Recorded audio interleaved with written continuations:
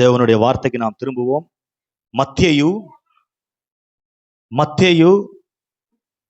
28ஆம் அதிகாரம் 18வது வசனம். மத்தேயு 28:18. அப்பொழுது இயேசு சமீபத்தில் வந்து அவர்களை நோக்கி வானத்திலும் பூமியிலும் சகல அதிகாரமும் எனக்கு கொடுக்கப்பட்டிருக்கிறது.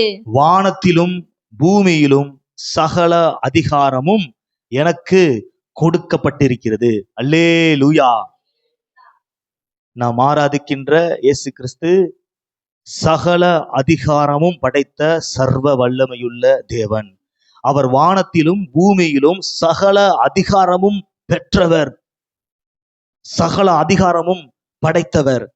கொலோசையர் 1ஆம் அதிகாரம் 16வது வசனம். ஏனென்றால் அவருக்குள் சகலமும் சிருஷ்டிக்கப்பட்டது, பரலோகத்தில் உள்ளவைகளும் பூலோகத்தில் உள்ளவைகளும் ஆகிய காணப்படுகிறவைகளும் காணப்படாதவைகளுமான சகல வஸ்துக்களும் சிங்காசனங்களானாலும் கர்த்தத்துவங்களானாலும் துரைத்தனங்களானாலும் அதிகாரங்களானாலும் சகலமும் அவரை கொண்டும் அவருக்கென்றும் சிருஷ்டிக்கப்பட்டதுதான் சகலமும். பரலோகத்தில் உள்ளவைகள், பூலோகத்தில் உள்ளவைகள், காணப்படுகிறவைகள், காணப்படாதவைகள், சிங்காசனங்கள், கர்த்தத்துவங்கள், துரைத்தனங்கள், அதிகாரங்கள் எல்லாமே அவரை கொண்டும் அவருக்கு என்றும் சிருஷ்டிக்கப்பட்டிருக்கிறது. அல்லேலூயா. அவர்தான் படைத்தார். எதற்காக? அவருக்காக. அவர்தான் படைத்தார். யாருக்காக? அவருக்காக. எல்லாமே அவருக்காக. 1 பேதுரு 3ஆம் அதிகாரம் 22வது வசனத்தை வாசிங்க. அவர் பரலோகத்திற்கு போய் தேவனுடைய வலது பாரிசத்தில் இருக்கிறார். தேவனுடைய வலது பாரிசத்தில் இருக்கிறார். தேவதூதர்களும் அதிகாரங்களும் வல்லமைகளும் அவருக்கு கீழ்ப்பட்டிருக்கிறது. தேவதூதர்களும் அதிகாரங்களும் வல்லமைகளும் அவருக்கு கீழ்ப்பட்டிருக்கிறது. முதல் நம்ம பார்த்தோம் கொலோசியர்ல 1ஆம் அதிகாரம் 16வது வசனத்துல, பரலோகத்தில் உள்ளவைகள், பூலோகத்தில் உள்ளவைகள், காணப்படுகிறவைகள், காணப்படாதவைகள், சகல வஸ்துக்கள், துரைத்தனங்கள், அதிகாரங்கள், சிங்காசனங்கள், கர்த்தத்துவங்கள் எதுவானாலும் அவரை கொண்டும் அவருக்கென்றும் சிருஷ்டிக்கப்பட்டது என்று நாம் பார்க்கின்றோம். இங்கே நாம் பார்க்கின்றோம் தேவ தூதர்கள், அதிகாரங்கள், வல்லமைகள் எல்லாமே யாருக்கு கீழ்ப்பட்டிருக்கிறது? நாம் ஆராதிக்கிற கர்த்தரா இயேசு கிறிஸ்துவுக்கு கீழ்ப்பட்டிருக்கிறது. வானத்திலும் பூமியிலும் சகல அதிகாரமும் படைத்தவர். ஏதோ 10 அதிகாரத்துல ஒரு அதிகாரம் கிடையாது. ஏதோ 10 அதிகாரத்துல ஒரு அதிகாரம் கிடையாது. மொத்த அதிகாரமும் கொண்ட ஒரே தெய்வம். மொத்த அதிகாரமும் கொண்ட ஒரே தெய்வம். பாருங்க, லேகியோன் அளவு பிசாசு பிடித்த ஒரு மனுஷன். லேகியோன் அப்படின்னா 6000 பிசாசு, 6000 கவுண்டிங், 6000 அளவு கொண்ட ஒரு இதுதான் லேகியோன் அப்படின்னு சொல்லுவாங்க. 6000 பிசாசு பிடித்த ஒரு மனுஷன். பாருங்க, ஒரே வார்த்தையில அந்த 6000 பிசாசு இயேசு என்ன பண்றாரு? துரத்துகின்றார். ஒரே வார்த்தை. பாருங்க, மோசே பழைய ஏற்பாட்டுல சொன்ன காரியங்களை இயேசு பிரசங்கத்துல கோட் பண்ணி சொல்றார். அந்த வார்த்தைகளை, அந்த வசனங்களை தான் சொல்றார். பழைய ஏற்பாட்டு வசனங்களை சொல்றார். ஆனா பயங்கர அதிகாரத்தோடும் அதிகார தொனியோடும் அவர் பேசுறத மக்கள்லாம் பார்த்து ஆச்சரியப்படுறாங்க. மோசே ஜனங்களிடத்துல பேசும் பொழுது எப்படி பேசுவான் அப்படின்னா, கர்த்தர் உரைக்கிறதாவது, கர்த்தர் சொல்லுகிறதாவது அப்படிதான் பேசுவான். ஆனா இயேசு எப்படி பேசுறாருன்னா, நான் உங்களுக்கு சொல்லுகிறேன், நான் உங்களுக்கு உரைக்கிறேன், நான் மெய்யாகவே நான் உங்களுக்கு சொல்லுகிறேன் என்று சொல்லி அவர் சொல்லுகிறார். ஏனென்றால் அவர்தான் அந்த வார்த்தையே. அல்லேலூயா. அவர்தான் அந்த வார்த்தை.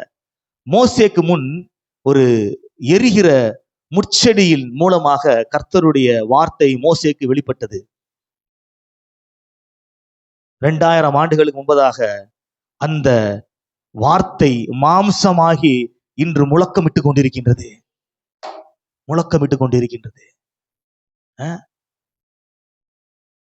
மோசே கர்த்தர்கிட்ட கேட்கிறான், உங்களுடைய நாமம் என்ன, உங்களுடைய பெயர் என்ன அப்படின்னு கேட்கும் பொழுது, இருக்கின்றவராகவே இருக்கின்றேன். ஐ ஆம் தட் ஐ ஆம். நான் தான், நான் இருக்கிறேன், நான் அப்படின்னு சொல்றாரு பாருங்க. அதே போல இயேசு கிறிஸ்து இந்த பூமிக்கு மனு உருவம் எடுத்து வந்த உடனே என்ன சொல்றாரு தெரியுமா? நானே நல்ல மேய்ப்பன், நானே வாசல், நானே வானத்திலிருந்து இறங்கி வந்த ஜீவ அப்பம், நானே வழி, நானே சத்தியம், நானே ஜீவன், உயிர்த்தெழுதலும் ஜீவனும் நானே, நானே, நானே. ஐ ஆம், ஐ ஆம். நான் தான் பிதா. நான் பிதாவிலும் பிதா எனக்குள்ளும் இருக்கின்றார். இயேசு சகல அதிகாரமும் படைத்தவர். அவர் சாலமோனிலும் பெரியவர், சாலமோனிலும் பெரியவர். சாலமோன் தேவாலயம் கட்டுவதற்கு கிட்டத்தட்ட 7 ஆண்டுகள் எடுத்துக்கொண்டான். 7 ஆண்டுகள் எடுத்துக்கொண்டான். இயேசு சொல்றாரு, இந்த தேவாலயத்தை இடிச்சு போடுங்க, நான் 3 நாள்ல என்ன பண்ணிடுவேன், கட்டி எழுப்பி விடுவேன் அப்படின்னு சொல்றாரு. சாலமோனை பார்ப்பதற்காக நிறைய ராஜாக்களும் ராஜ ஸ்திரீகளும் வந்தாங்க. சாலமோனிலும் பெரியவராகிய கர்த்தராகிய இயேசு கிறிஸ்து நம்மை தேடி வந்து நம்மை ராஜாக்களாகவும் ராஜகுமாரத்திகளாகவும் மாற்றி இருக்கின்றார். அவர் சாலமோனிலும் பெரியவர், அவர் யோனாவிலும் பெரியவர். அப்படிதான் வசனம் சொல்லுது. சாலமோனிலும் பெரியவர், அவர் யோனாவிலும் பெரியவர். யோனா பிரசங்கம் பண்றான் நினிவே பட்டணத்துல. யோனா பிரசங்கத்துல அந்த பட்டணம் முழுவதும் ரட்சிக்கப்படுது, மனம் திரும்புறாங்க. கிட்டத்தட்ட 1,20,000 பேரு யோனாவோட பிரசங்கத்துல மனம் திரும்பி ரட்சிக்கப்படுறாங்க. பாருங்க, கடந்த 2000 வருஷமா இந்த உலகத்துல இயேசுவின் பிரசங்கத்தினால் கோடான கோடி பேர் ரட்சிக்கப்பட்டு கொண்டே இருக்கிறாங்க. கரங்களை தட்டி கர்த்தரை மகிமைப்படுத்துவோம். அவர் யோனாவிலும் பெரியவர். இன்ன வரைக்கும் ரட்சிக்கப்பட்டுட்டே இருக்கிறார். இன்னைக்கு கூட ரட்சிக்கப்படுவாங்க. யோனா மீனின் வயிற்றுக்குள்ள போய் எத்தனை நாள் இருந்தா? 3 நாள் இருந்தான். 3 நாள் இருந்து கதறுகிறான். கர்த்தரை நோக்கி கதறுகிறான். என்ன விடுவீங்க, நான் விடுதலை ஆகணும், நான் உள்ள இருந்து சித்திர போறேன், என்னை காப்பாத்துங்க சொல்லிட்டு அந்த மாதிரி என்ன பண்றான், கதறுகிறான். ஆனா இயேசு பாதாளத்திற்குள்ளே 3 நாள் இருக்கிறார். 3 நாள் இப்ப என்ன தெரியுமா பண்றாரு? வெற்றியை பறைசாற்றுகின்றார். எடுத்து வாசிங்களேன். 1 பேதுரு 3ஆம் அதிகாரம் 19வது வசனம். அந்த ஆவியிலே அவர் போய் காவலில் உள்ள ஆவிகளுக்கு பிரசங்கித்தார். காவலில் உள்ள ஆவிகளுக்கு பிரசங்கித்தார். பாருங்க, ஆதாம் முதல் இயேசு கிறிஸ்துவின் மரணம் வரை மரித்த எல்லா பரிசுத்தவான்களும் பாதாளத்துல ஒரு இடத்துல என்ன இருக்கிறாங்க. ஒரு இளைப்பாறுதல் உள்ள இடத்துல. அது ஆபிரகாமின் மடி நம்ம என்ன பண்ணலாம் சொல்லலாம். வேதனை இல்லாத ஒரு இடம், அதுல இருக்கிறாங்க பரிசுத்தவான்கள் எல்லாம். பாவிகள்லாம் எங்க இருக்கிறாங்க, துன்மார்க்கர்கள் எங்க இருக்கிறாங்கன்னா அதோட வேதனை உள்ள இடத்துல இருக்கிறாங்க. இவங்க வேதனை இல்லாத இடத்துல இருக்கிறாங்க. இவங்க எங்க போல, பாரடைஸ் பரதேசிக்கு என்ன பண்ணல, போகல.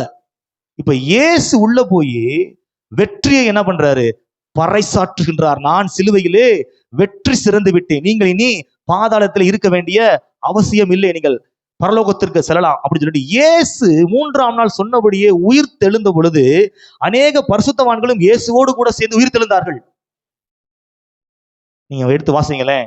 மத்தேயு 27ஆம் அதிகாரம் 52 முதல் 54 முடிய. மத்தேயு 27ஆம் அதிகாரம். கல்லறைகளும் திறந்தது.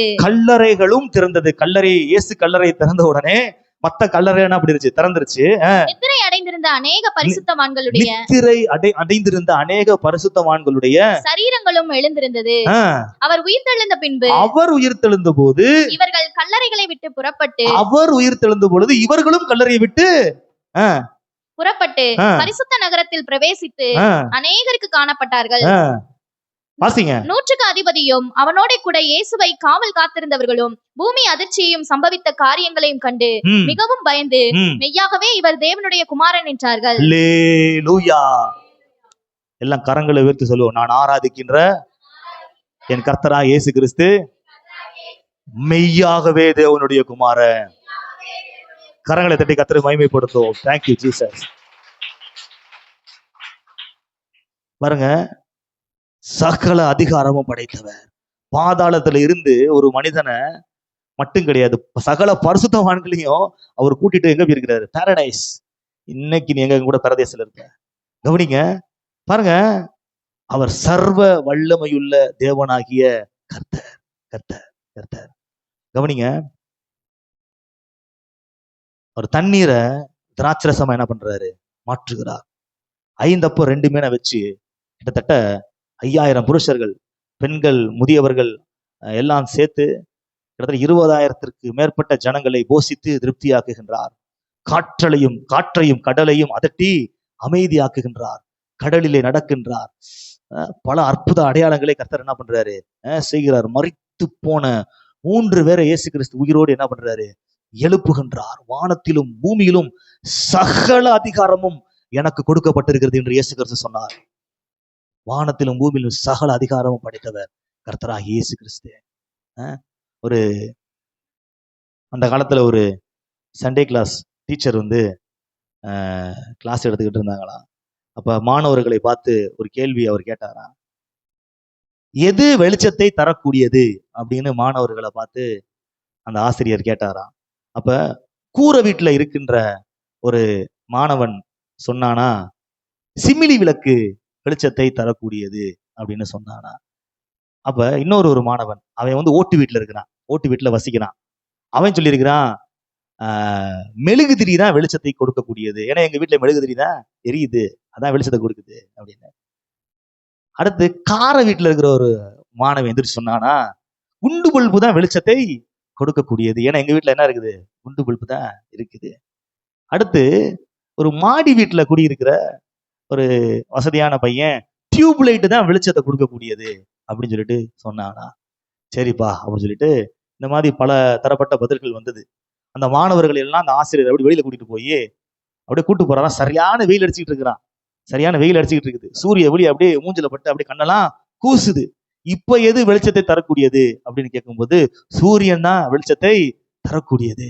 சூரியன் தான் வெளிச்சத்தை தரக்கூடியது. இந்த சூரிய வெளிச்சத்திற்கு என்பதாக சிமிழி விளக்கின் வெளிச்சம் செல்லுபடியாகுமா? செல்லாது. மெழுகுதிரியின் வெளிச்சம் வேலைக்கு ஆகாது. குண்டு பல்பு அதுவும் வேலைக்கு ஆகாது. டியூப் லைட்டு, போக்கஸ் லைட்டு போட்டா கூட வேலைக்கு ஆகாது. ஏன்? அதுதான் அல்டிமேட். எது? சூரியன் தான் அல்டிமேட்.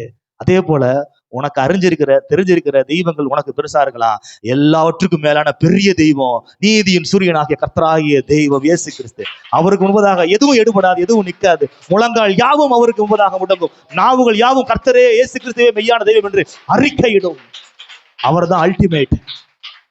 அவர்தான் இறுதி. அவர்தான் வானத்திலும் பூமியிலும் சகல அதிகாரமும் படைத்த சர்வ வல்லமை உள்ள தெய்வம். அவருக்கு நியாய தீர்ப்பு செய்யும் அதிகாரம் இருக்கின்றது. எடுத்து வாசிங்களேன். யோவான் 5ஆம் அதிகாரம் 22வது வசனம். யோவான் 5ஆம் அதிகாரம் 22வது வசனம் வாசிங்க. அன்றியும் பிதாவை கனம் பண்ணுகிறது போல எல்லாரும் குமாரனையும் கனம் பண்ணும்படிக்கு பிதாவானவர் தாமே ஒருவருக்கும் நியாய தீர்ப்பு செய்யாமல் நியாய தீர்ப்பு செய்யும் அதிகாரம் முழுவதையும் குமாரனுக்கு ஒப்பு கொடுத்திருக்கிறார். பாருங்க, நியாய தீர்ப்பு செய்யும் அதிகாரத்தை பிதா யாரு கொடுத்திருக்கிறாரு? பிதா செய்ய மாட்டாரு, அவர் குமாரன் தான் செய்வார். அவர் தான் நியாய தீர்ப்பு செய்கின்ற நியாயாதிபதி. குமாரன் தான். மத்தேயு 8ஆம் அதிகாரம் 11, 12 ஆகிய வசனங்களை வாசியுங்கள். மத்தேயு 8ஆம் அதிகாரம் 11, 12. அநேகர் கிழக்கிலும் மேற்கிலும் இருந்து வந்து பரலோக ராஜ்யத்தில் ஆபிரகாம், ஈசாக்கு, யாக்கோபு என்பவர்களோட பந்தி இருப்பார்கள். பாருங்க, யாரு அநேகர்னா யாருன்னா அதுக்கு முந்தின வசனங்கள்ல படிச்சு பாத்தீங்கன்னா யாருன்னா, மனம் திரும்பிய பாவிகள், மனம் மாறிய வேசிகள், விக்கிரக ஆராதனைக்காரர்கள், திருடர்கள் மனம் மாறி இயேசு கிறிஸ்துவை ஆண்டவராக இரட்சகராக ஏற்றுக்கொண்டதனால இவங்க யார்கிட்ட? ஆபிரகாம், ஈசாக்கு போன்ற இந்த பரிசுத்தவான்கள் இருக்கக்கூடிய அந்த இடத்துல வந்து என்ன பண்ணுவாங்க? அவங்களோட என்ன பண்ணுவாங்களாம்? பந்தி இருப்பாங்களாம். அவங்களுக்கு இணையா, அவங்களுக்கு சமமா வந்து யார் உட்காருவா? பாவிகள், வேசிகள், துன்மார்க்கர்கள், அருவருப்பானவர்கள், அப்படிப்பட்டவர்கள் எல்லாம் பந்தி இருப்பாங்களாம். ஏன்? இயேசு கிறிஸ்து அவர்களுடைய வாழ்க்கையிலே மாற்றத்தை ஏற்படுத்தி விட்டார். நீ புறம்பே இருக்க வேண்டிய ஆளு கிடையாது, நீ என்னுடைய பந்தியிலே இருக்க வேண்டிய ஆள். நீ ஆலயத்துக்கு வெளியே இருக்கக்கூடிய ஆள் அல்ல. நானே உனக்குள்ள ஆலயமாக வந்து உனக்குள்ளே வாசமாக இருக்க நான் உன்னை தெரிந்து கொண்டிருக்கின்றேன். அப்படி பாருங்க, நியாய தீர்ப்பு, நியாயம். அவர் தான் செய்கிறார். நான் என்ன சொல்ல வரேன் அப்படின்னா, யார் உங்களுக்கு நியாயம் செய்தாலும் செய்யாவிட்டாலும் அவர் உங்களுக்கு நியாயம் செய்வார். உலகத்தோட பார்வையில பாவியா இருக்கலாம், அசுத்தனா இருக்கலாம், அருவருப்பு மிக்கனவங்களாக நீங்க இருக்கலாம். ஆனா கர்த்தருடைய பார்வையில அவர் உங்களுக்கு நியாயம் செஞ்சாருன்னா, அவர் உங்களை மாத்தி மறுசீரமைப்பு செஞ்சு சரியாக்கி சரிப்படுத்தி உங்களை நிச்சயமாகவே அவருடைய ஸ்தானத்திலே, அவர் இருக்கக்கூடிய இடத்திலே உங்களையும் அமர வைத்து அழகு பார்க்கிறவர் நம்முடைய ஆண்டவராகிய இயேசு கிறிஸ்து. வசனம் சொல்லுகிறது, சங்கீதம் 103:6 ஒடுக்கப்படுகின்ற யாவருக்கும் கர்த்தர் நீதியும் நியாயத்தையும் செய்கின்றார். கர்த்தர் நீதி செய்வார். ஏன்னா நியாய தீர்ப்பு செய்கிறவர் கர்த்தர். ஒரு சில மனிதர்கள் உங்களுக்கு அநியாயமா தீர்ப்பு சொல்லியிருக்கலாம், இல்ல அநியாயமா அவங்க மேல ஒரு சில பழிகளை சுமத்தி இருக்கலாம். நீங்க செய்யாததை செஞ்சேன்னு நீங்க செய்யாததை செஞ்சீங்கன்னு சொல்லியிருப்பாங்க. நீங்க செஞ்சதை செய்யன்னு நீங்க செய்யாத தீமைய செஞ்சதாக சொல்லியிருப்பாங்க. நீங்க செஞ்ச நன்மைய மறைச்சிருவாங்க. இதுக்கு பேர் என்னது? அநியாயம். இதுக்கு பேர் தான் அநியாயம். நீங்க செஞ்சிருக்கவே மாட்டீங்க ஒரு காரியத்தை, அது இவங்க தான் செஞ்சாங்கன்னு சொல்லிட்டு அநியாயமாக அவதூறு பரப்பி உங்களுடைய பேரை கெடுப்பாங்க. ஒரு சில நல்ல விஷயங்கள் செஞ்சிருப்பீங்க, அதை அப்படியே மூடி மறைச்சு யாருக்கும் தெரியாம அப்படியே பொத்தி மூடிடுவாங்க. இதுக்கு பேர் தான் என்னது? அநியாயம். அநியாயம். கர்த்தர் சொல்றாரு, உன் நீதியை வெளிச்சத்தை போலவும் உன் நியாயத்தை பட்ட பகலை போலவும் கர்த்தராகிய இயேசு நான் விளங்க பண்ணுவேன் என்று இந்த காலை வேளையிலே கர்த்தர் சொல்கிறார். இயேசு கிறிஸ்து உங்களுடைய நியாயத்தை, உங்களுடைய நீதியை அவர் விளங்க பண்ணுவார். ஒருவேளை மனுஷனுக்கு வேணா அது தெரியாம இருக்கலாம், மத்தவங்களுக்கு வேணா அது புரியாம இருக்கலாம், மத்தவங்க உங்களை மட்டமா பார்க்கலாம். ஆனா கர்த்தர் உங்களை அப்படி பார்க்கிறவர் அல்ல. உங்க நீதி எது, உங்க நியாயம் எது, உங்க உண்மை எது, உங்க உண்மை தன்மை என்ன என்பதை அவர் வெளிப்படுத்தி விளங்க பண்ணி ஆசீர்வதிப்பார். உங்களை அவர் வெளிப்படுத்தி நிச்சயமாகவே என்ன பண்ணுவாரு? விளங்க பண்ணுவார். விளங்க பண்ணுவார். உன் நீதியை வெளிச்சத்தை போலவும் உன் நியாயத்தை பட்ட பகலை போலவும் நான் விளங்க பண்ணுவேன்.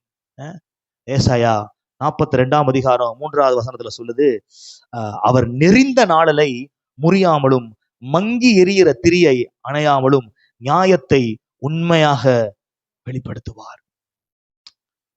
நெறிந்த நாணல்னா என்னது? ஏற்கனவே உடைஞ்சுதான் இருக்குது ஒரு நாணல், அது அப்படியே காத்துல ஆடிக்கிட்டு இருக்குது. எப்போ உடையும் அப்படின்னு தெரியாத மாதிரி இருக்குது. நம்மள என்ன பண்ணுவோம்? போனவனே அதான் புடுங்குவோம். மனுஷன் என்னைக்குமே அப்படித்தான். ஆனா கர்த்தர் என்ன பண்ணுவாராம்? அதை முறிக்க மாட்டாராம், உடைக்க மாட்டாராம். மங்கி எரிகிற தீபத்தை என்ன பண்ண மாட்டாராம்?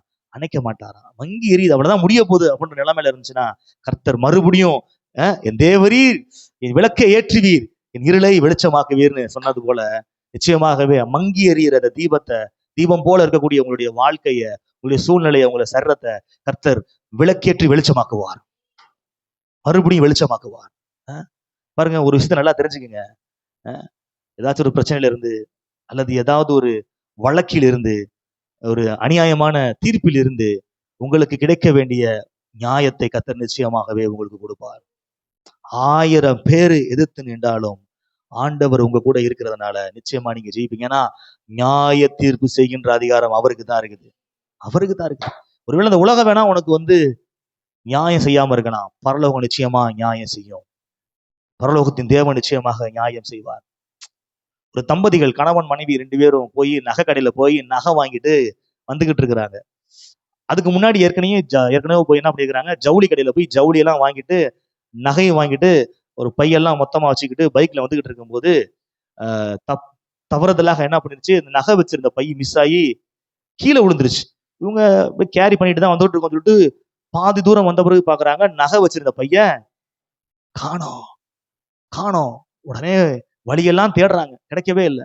அப்ப அந்த பாதையில ஒரு வாலிபன், அவன் வாய் பேச முடியாத ஒரு வாலிபன், அவன் போறான். பார்த்தா ஒரு பை இருக்குது, நகைக்கடை பேரு போட்டு இருக்குது. உடனே அந்த பையை எடுத்து தூக்கி பார்க்கறான், வெயிட்டா இருக்குது. திறந்து பார்க்கறான், உள்ள என்ன இருக்குது? நகையும் இருக்குது.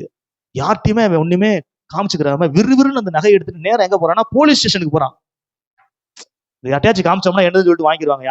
யாரு உண்மையான நபரும் தெரியாம போயிடும். ஏன்னா இவனும் வாய் பேச முடியாதவனா இருக்கிறான், ஏமாத்திடுவாங்க. விறுவிறு நேரம் என்ன பண்றான்? நகை எடுத்துட்டு, அந்த நகை பை எடுத்துட்டு போலீஸ் ஸ்டேஷனுக்கு விறுவிறுன்னு போறான். போற வழியில இந்த தம்பதிகள் தேடிட்டு வந்தாங்கல்ல, இவன் பைய கொண்டுட்டு விறுவிறுன்னு போறதை பார்த்த உடனே இவன் தான் அந்த பைய திருடிட்டு போறான்னு சொல்லிட்டு அவனை பிடிச்சி டப்புன்னு அடிச்சு வாயிலாம் குத்தி, அவனுக்கு பேசவும் தெரியல, ஒன்னும் தெரியல. என்னடா நடிக்கிறியா ஊமா மாதிரி அப்படின்னு சொல்லி நிஜ போலே போட்டு அடிக்கிறாங்க. போலீஸ் ஸ்டேஷன்ல என்ன பண்றாங்க? பிடிச்சி கொடுத்துடுறாங்க. அப்ப அவனுக்குன்னு நியாயம் சொல்றதுக்கு யாருமே இல்ல. அவனாலையும் பேசவும் முடியாது, விளக்கவும் முடியல. அவன் என்னமோ சொல்றான், யாருக்கு ஒண்ணுமே புரியல. அப்ப அந்த ரோட்டு பகுதிகளில சிசிடிவி கேமரா இருக்கு பாத்தீங்களா, அந்த ஃபுட்டேஜ் என்ன பண்றாங்க, அந்த போலீசார் செக் பண்ணி பார்க்கும்போது அவன் அந்த பையன் திருடுற நோக்கத்தோட அந்த பையன் இந்த வாலிபன் எடுக்கல. அதை எடுத்துட்டு டைரக்டா போலீஸ் ஸ்டேஷன் எங்க இருக்கு அந்த டைரக்ஷனை நோக்கி தான் அவன் போறான். அதை களவு செய்யறதுக்கு அவன் எடுக்கல அப்படின்றத கண்டுபிடிச்சிட்டாங்க. டைரக்டா போலீஸ் ஸ்டேஷன் நோக்கி தான் வந்துகிட்டு இருக்கிறான். இடையில இவங்க அடிச்சிட்டாங்க. அப்ப இவன் மேல தப்பே கிடையாது சொல்லிட்டு உண்மை தெரிஞ்சிருச்சு பாருங்க. உடனே அந்த பையன் என்ன பண்ணிட்டாங்க, ரிலீஸ் பண்ணிட்டாங்க. சம்பந்தப்பட்டவங்களை வர வச்சு இந்த மாதிரி அவங்க மனம் வருந்தி ரொம்ப வேதனைப்பட்டாங்களாம். அப்புறமேட்டுக்கு அந்த ஒரு நகை வாங்கினதுல ஒரு மோதிரத்தை எடுத்து அந்த வாலிபனுக்கு போட்டு விட்டுட்டு தெரியாம நடந்துச்சுப்பா அப்படின்னு சொல்லிட்டு போனாங்களாம். என்ன சொல்ல வர்றேன் அப்படின்னா, ஒருவேளை மனுஷங்க உங்களுக்கு அநியாயம் செஞ்சிருக்கலாம். நீங்க நியாயம் தான் செஞ்சிருப்பீங்க, நீங்க நீதி தான் செஞ்சிருப்பீங்க, நீங்க நன்மை தான் செஞ்சிருப்பீங்க. ஆனா அந்த நன்மைக்கான பலன், நீங்க செஞ்ச நியாயத்திற்கான பலன் மனுஷன் கொடுக்க மாட்டான். அப்படியே இட்டுக்கட்டி இல்லாத போலாதெல்லாம் சொல்லி உங்களுக்கு தண்டனை திருப்பி கொடுப்பான், உங்களை காயப்படுத்துவான், கஷ்டப்படுத்துவான், உங்களை இந்த போலீஸ் ஸ்டேஷன்ல வச்சது மாதிரி சிறையிருப்புல வைப்பான், குற்றம் சாட்டுவான். அப்போ உங்களுக்கு பேசுறதுக்கு, உங்களுக்கு சப்போர்ட்டா நிக்கிறதுக்கு யாருமே இல்லாம இருக்கிற நிலைமையில நீங்க இருப்பீங்க. அந்த சமயத்துல பரலோகத்திலிருந்து உங்களுக்கு ஒரு பதில் வரும். இந்த சிசிடிவி கேமரால இருந்து ரெக்கார்ட் பண்ணதை எப்படி பார்த்தது போல, அதே போல பரலோகத்தின் தேவன் எல்லாவற்றையும் என்ன பண்ணிட்டு இருக்கிறாரு, பார்த்து கொண்டிருக்கின்றார், கவனித்துக் கொண்டிருக்கின்றார். அவருடைய பார்வைக்கு எதுவுமே மறைவாக இல்லை. ஒருவேளை மனுஷங்க உங்க நீதியை நியாயத்தை மறைக்கலாம், ஆனா கர்த்தருடைய பார்வையில மறைக்கவே முடியாது. மனுஷனோட பார்வைக்கு மறைவாக இருக்கலாம், கர்த்தருடைய பார்வைக்கு மறைவா இருக்காது. அவர் ஒரு நாள் வெளிப்படுத்தி விளங்க பண்ணி உங்களை ஆசீர்வதிப்பார். என் மக நீதிமான், என் மகன் நீதிமான், என்னுடைய மகள் உத்தமி, என்னுடைய மகன் உத்தமன் அப்படின்னு சொல்லிட்டு கர்த்தர் விளங்க பண்ணுவார். எத்தனை விசுவாசிக்கிறீங்க? அவர் செய்வார். நீதியை வெளிச்சத்தை போலவும் நியாயத்தை பட்ட பகலை போலவும் கர்த்தராகிய இயேசு கிறிஸ்து விளங்க பண்ணுவார். ஏனென்றால் நியாய தீர்ப்பு செய்கின்ற அதிகாரம் யாருக்கு இருக்குது? கர்த்தராகிய இயேசு கிறிஸ்துக்கு மாத்திரமே இருக்கின்றது. பாவத்தை மன்னிக்கக்கூடிய அதிகாரம் கர்த்தராகிய இயேசு கிறிஸ்துவுக்கு இருக்கிறது. எடுத்து வாசிங்களேன், மத்தேயு 9ஆம் அதிகாரம் 6வது வசனம். மத்தேயு 9:6. பூமியிலே பாவங்களை மன்னிக்க மனுஷகுமாரனுக்கு அதிகாரம் உண்டென்பதை நீங்கள் அறிய வேண்டும் என்று சொல்லி நிமிர்வாதக்காரனை நோக்கி, நீ எழுந்து உன் படுக்கையை எடுத்துக்கொண்டு உன் வீட்டுக்கு போ என்றார். ஹல்லேலூயா. பூமியிலே பாவங்களை மன்னிக்க மனுஷகுமாரனுக்கு அதிகாரம் உண்டு. இன்னைக்கு உலகத்துல எல்லாரும் இந்த பாவ மன்னிப்பை பெறணும் அப்படின்றதுக்காக தான் பல இடங்களுக்கு போறாங்க. ஏன்னா எல்லா பிரச்சனைக்கும் காரணம் என்ன அப்படின்னா பாவம் மன்னிக்கப்படாம இருக்கிறதுனாலதான் அவங்க வாழ்க்கையில சாபங்கள் ஆளுகை செய்கின்றது என்கிறதை புரிந்தவர்கள் பாவ மன்னிப்புக்காக அங்கு எங்க என்ன பண்ணிட்டு இருக்கிறாங்க, அலைஞ்சுக்கிட்டு இருக்கிறாங்க. வட மாநிலத்தில் இருக்கிறவர்கள் தென் மாநிலத்திற்கு ராமேஸ்வரத்துல என்ன பண்றாங்க, பாவ நிவாரணம் பண்ணணும் அப்படின்னு சொல்லிட்டு தண்ணி தீர்த்தத்தெல்லாம் என்ன பண்றாங்க, ஊத்துறாங்க. தென் மாநிலத்தில் இருக்கிறவங்க வட மாநிலத்திற்கு போய் என்ன பண்றாங்க, காசியில கங்கையில எங்கேயாச்சும் போனா பாவத்தை போக்கிடலாம் அப்படின்னு சொல்லிட்டு முயற்சி பண்றாங்க. ஆனா பாவம் உண்மையிலேயே போய்விட்டதா என்றால் போய்விடவில்லை. ஏனென்றால் பாவம் போனதென்றால் சமாதானம் வரும். சமாதானம் வரல. அதனாலதான் அங்க இருந்து இங்க ட்ரெயின், இங்க இருந்து இங்க ட்ரெயின் மாறி மாறி மாறி மாறி மாறி போயிட்டே இருக்கிறாங்க. ஒண்ணுமே கிடைக்கவே மாட்டேங்குது. பாருங்க, பாவத்தை போக்குகிறவர் கர்த்தராகிய இயேசு கிறிஸ்து ஒருவர் மாத்திரமே. அவருக்கு தான் பாவத்தை மன்னிக்கக்கூடிய அதிகாரம் உண்டு. இப்ப உங்களுக்கு தொண்டையில ஒரு பிரச்சனை அப்படின்னா எங்க போவீங்க? இஎன்டி ஸ்பெஷலிஸ்ட், காது மூக்கு தொண்டை பாக்குற டாக்டர் என்ன பண்ணுவீங்க? போவீங்க. பல்லுல ஒரு பிரச்சனை அப்படின்னா என்ன பண்ணுவீங்க? டென்டிஸ்ட போவீங்க, பல் டாக்டர்கிட்ட போவீங்க. எலும்புல ஏதாச்சும் ஒரு முறிவுனா எங்க போவீங்க? ஆர்த்தோ. நீங்க ஜிஹெச்சுக்குள்ள போனாலே அதுக்குன்னு தனித்தனி டிபார்ட்மெண்ட் இருக்கும், பார்த்திருக்கிறீங்களா? அதற்கேற்ற வல்லுநர்கள், அதற்கேற்ற மருத்துவர்கள் அங்க இருப்பாங்க. பாருங்க, நான் சொல்றேன், உங்கள் பாவத்தை போக்க, உங்களை பரலோகம் சேர்க்க ஒரே ஒரு ஸ்பெஷலிஸ்ட் இருக்கிறார். அவர் தான் கர்த்தராகிய இயேசு கிறிஸ்து. பாவம் மன்னிக்கப்பட்டாதான் பரலோகம் போக முடியும். பாவம் மன்னிக்கப்பட்டாதான் இந்த பூமியில சமாதானமா சந்தோஷமா வாழ முடியும். பாவம் மன்னிக்கப்பட்டாதான் ஆசீர்வாதத்தை பெற முடியும். பாவம் மன்னிக்கப்பட்டாதான் வியாதி நீங்கி சுகமாக இருக்க முடியும். பாவம் மன்னிக்கப்பட்டாதான் ஒரு இளைப்பாறுதல் உள்ள வாழ்க்கை வாழ முடியும். பாவம் மன்னிக்கப்பட்டாதான் குடும்பத்துல சமாதானம் இருக்கும். பாவம் மன்னிக்கப்பட்டாதான் உறவுகள் மேம்படும், வலுப்படும்.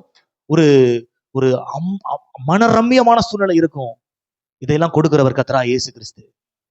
பாவ மன்னிப்பை கொடுக்கிறவர் கர்த்தராகிய இயேசு கிறிஸ்து. எடுத்து வாசிங்களேன், கொலோசையர் 1 வசனத்தை வாசிங்க. குமாரனாகிய அவருக்குள் அவருடைய இரத்தத்தினாலே பாவ மன்னிப்பாகிய மீட்பு நமக்கு உண்டாயிருக்கிறது. குமாரனாகிய அவருக்குள் அவருடைய இரத்தத்தினாலே, உங்களுக்காக ரத்தம் சிந்தி பாவ மன்னிப்பை அவர் உண்டாக்கி வைத்திருக்கின்றார். அவருடைய ரத்தத்தை சிந்தி பலியாக வேண்டியது நீங்களும் நானும். உங்களுக்காக கர்த்தராகிய இயேசு கிறிஸ்து கல்வாரி சிலுவையிலே பலியாகி ரத்தம் சிந்தி பாவ மன்னிப்பாகிய மீட்பை இன்னைக்கு ஏற்படுத்தி இருக்கிறார்.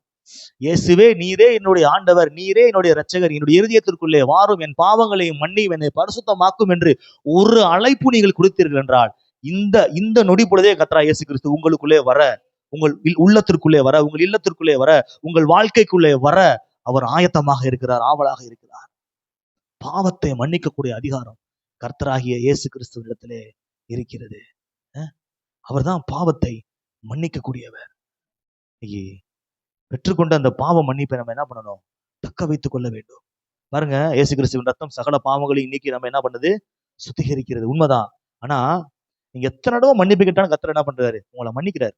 எத்தனை தடவை மன்னிப்பு கேட்டாலும் மன்னிக்கிறாரு. ஆனா திரும்பி திரும்பி தொடர்ச்சியாக பாவம் செய்து கொண்டே இருப்போமானால் நாம் கிருபையை போக்கடித்துக் கொண்டிருக்கின்றோம். கிருபையை தவறாக பயன்படுத்தி கொண்டிருக்கின்றோம். கிருபையை நாம் சரியான முறையிலே பயன்படுத்தாமல் தவறான முறையிலே நாம் நம்முடைய மாம்ச இச்சைகளையும் ஆசைகளையும் நிறைவேற்றுவதற்காக கிருபையை பயன்படுத்திக்கின்றோம். தவறாக பயன்படுத்துறோம். அது மிகப்பெரிய அழிவையும் ஆபத்தையும் நிச்சயமாகவே என்ன பண்ணிடும்? உண்டாக்கிவிடும். பிரசங்கத்துல கர்த்தர் ஒரு சில நேரத்துல வார்த்தையின் வழியாக போதிப்பார், கண்டித்து உணர்த்துவார். பிரம்பு வச்சு அடிக்கிறது போலதான் இருக்கும், சவுக்கு வச்சு சாத்துறது போலதான் இருக்கும். அப்ப நான் அந்த தவறு பண்றனோ, அந்த தப்பு பண்றனோ அப்படின்னு சொல்லிட்டு என்ன பண்ணிடணும்? மனம் திரும்பி தேவனோடு ஒப்புரவாகி விட வேண்டும். அந்த பாவத்தை தூக்கி எறிந்து விட்டு தேவனோடு ஒப்புரவாகி விட வேண்டும். இல்லை, நான் அதே பாவத்துலதான் நிலைச்சு நிற்பேன், பாவம் செஞ்சுக்கிட்டே நான் என்ன பண்ணுவேன்? சபைக்கு வருவேன், பாவம் செஞ்சுக்கிட்டே நான் வாழுவேன் அப்படின்னு இருந்தா, வசனம் சொல்லுது, அடிக்கடி கடிந்து கொள்ளப்பட்டும் தன்னுடைய பிடரியை கட்டினப்படுத்துகிறவன் சகாயமின்றி சடுதியிலே நாசமடைவான். சொல்லி சொல்லி சொல்லி சொல்லி பார்த்து கீழ்ப்படியில் அப்படியே டைட்டா அப்படியேதான் இருப்பேன் அப்படின்னா, சகாயம்னா என்னது? உதவியே இல்லாமல் சடுதியில எந்த நேரத்துல என்ன நடக்கும் தெரியாது, நாசமடைவான். நாசம். அப்ப எச்சரிப்பின் சத்தம் வரும் பொழுது மனம் திருந்தி ஒப்புரவாக வேண்டும் கர்த்தரிடத்திலே. பாருங்க, அதான் வசனம் சொல்லுது. எபிரேயர் 10 அதிகாரம் 26 அப்புறம் 29 வாசிங்க. சத்தியத்தை அறியும் அறிவை அடைந்த பின்பு, சத்தியத்தை அறிகிற அறிவை அடைந்த பின்பு நாம் மனப்பூர்வமாய் பாவம் செய்கிறவர்களாய் இருந்தால் பாவங்கள் நிமித்தம் செலுத்தத்தக்க வேறொரு பலி இனி இராமல் 29 வாசிங்க.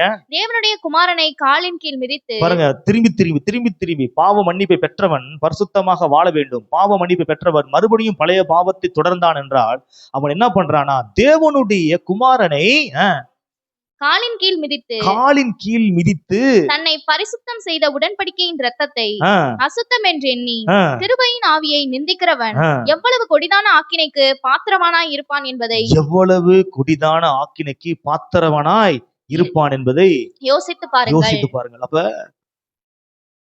பாவம் என்ன பண்ணக்கூடாது? செய்யக்கூடாது. பாவத்தை மன்னிக்கும் அதிகாரம் அவருக்கு இருக்கிறது என்பதற்காக இஷ்டத்துக்கு என்ன பண்ணக்கூடாது? வாழக்கூடாது. எங்க அப்பா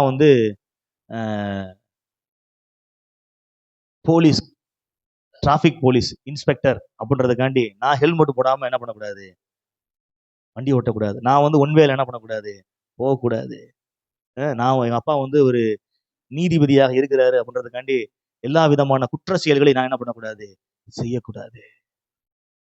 நான் ஒரு முன் உதாரணமாக முன்மாதிரியாக இருக்க வேண்டும். நான் எல்லாத்துக்கும் முன்மாதிரியாக இருக்கணும். அதுதான் அப்பாவுக்கு பிரியமாக இருக்கும். பாருங்க, இன்னைக்கு அநேகர் என்ன பண்றாங்கன்னா,